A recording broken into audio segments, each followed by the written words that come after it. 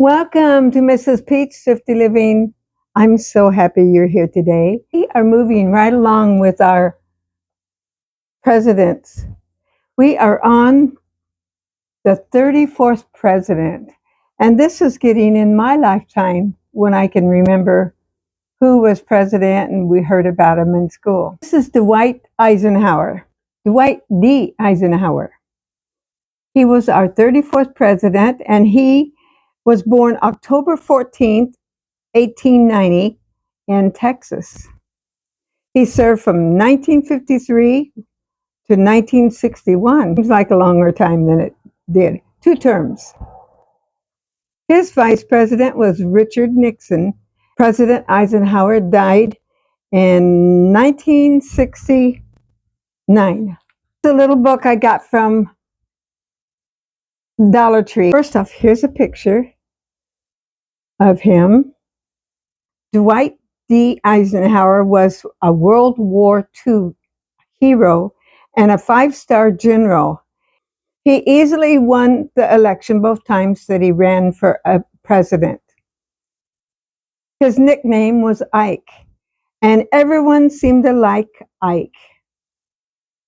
That's pretty interesting. Just leave the L off and you got Ike. As president, he ended the Korean War.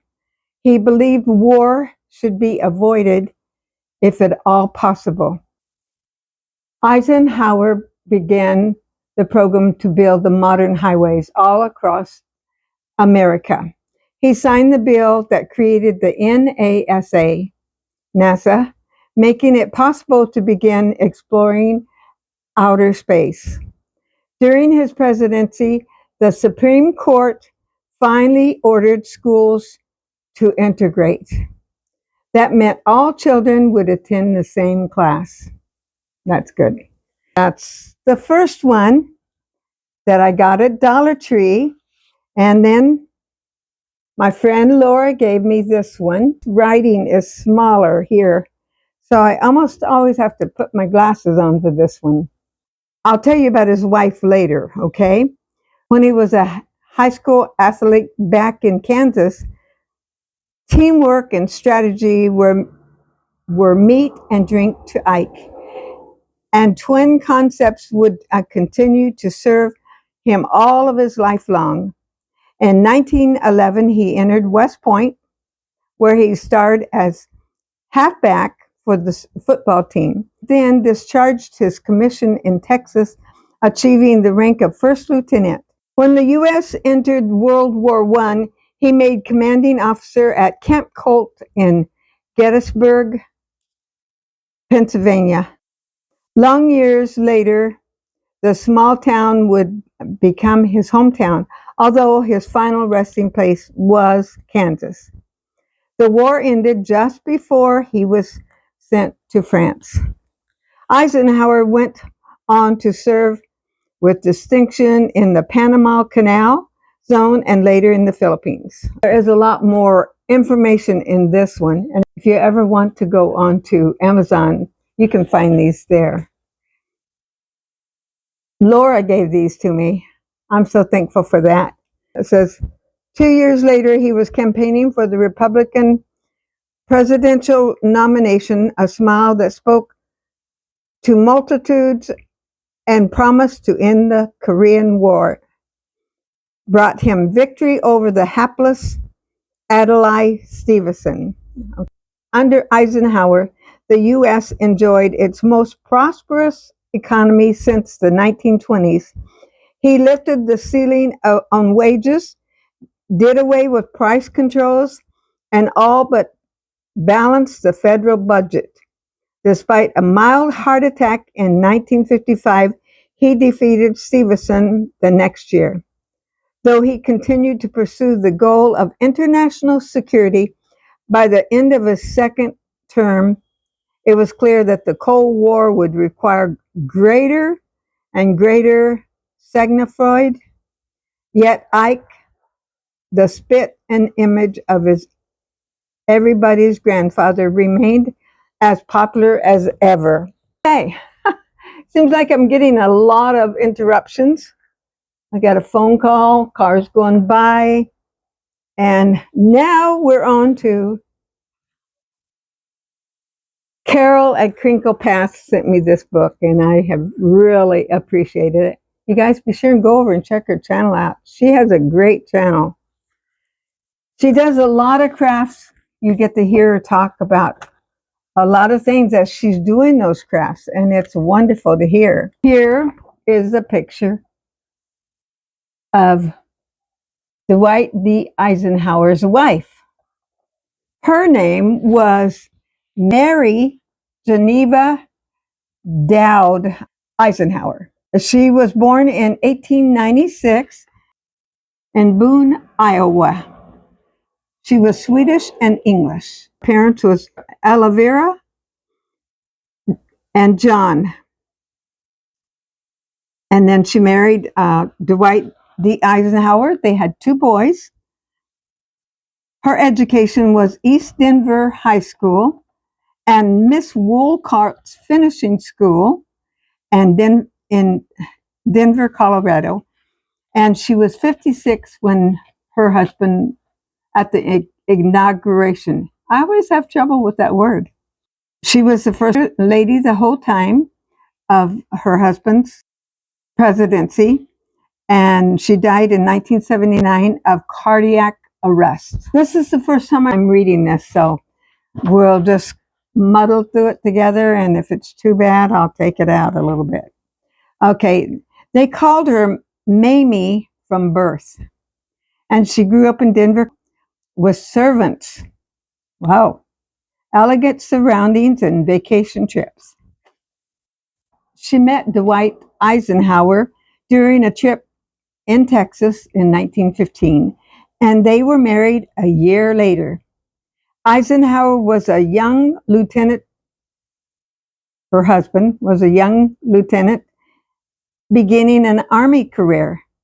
He and Mamie were married less than a month when he warned her that for him, she would always come second. Oh my goodness.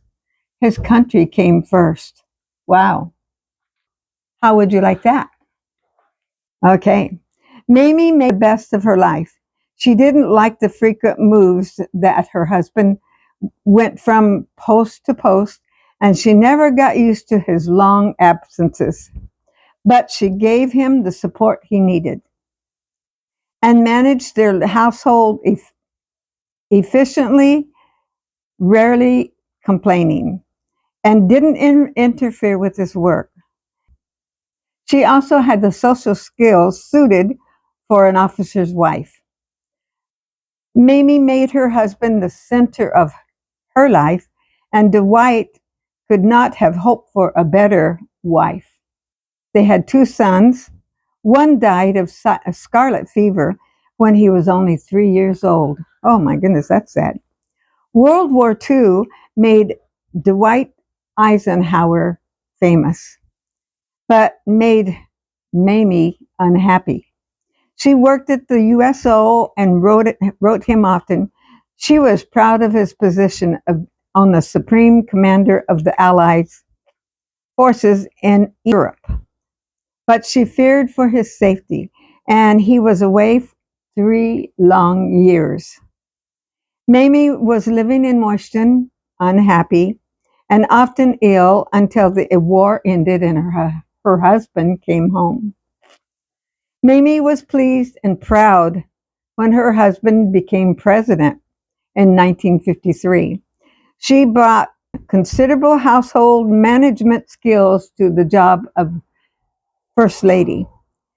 She added feminine touches to the White House decor. Although she never had any experience in politics, Mamie was a popular First Lady because she represented what was considered an ideal woman. She was innocent, cheerful, and wanted only to create a nice home and be a good wife and mother.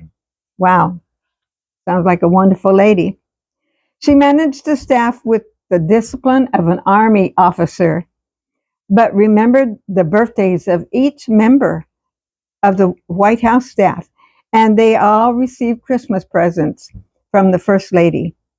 Mamie considered it her job to make the White House a warm and comfortable place, and she never got involved in her husband's politics.